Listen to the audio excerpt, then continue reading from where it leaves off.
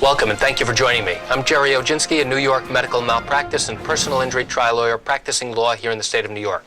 Today's topic is about orthopedic injuries. Today's video tip is about a young man who broke his arm while working in a brickyard.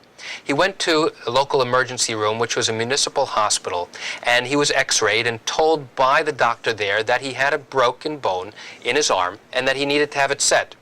The doctor set the bone, put a cast on his arm, and told him to follow up in the orthopedic clinic over the next few days and few weeks so that they can monitor his progress.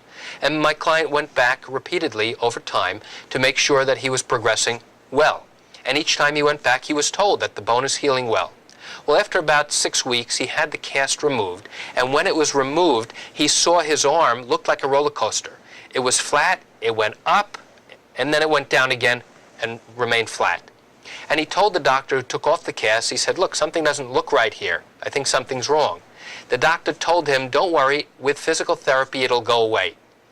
Now, my client was not an educated man, but he knew enough to know that there was a problem. So he wound up making an appointment to get a second opinion with another orthopedist.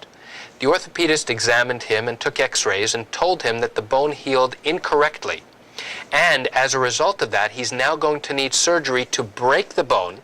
It's called an osteotomy, and he's going to have to connect the bone together using hardware, using plates, screws, and pins to hold the bone together.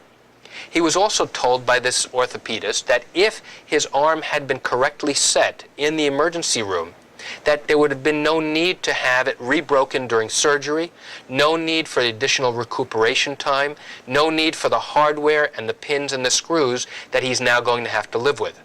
Once the case got underway, I had a chance to question the doctor from the emergency room who actually set this young man's arm.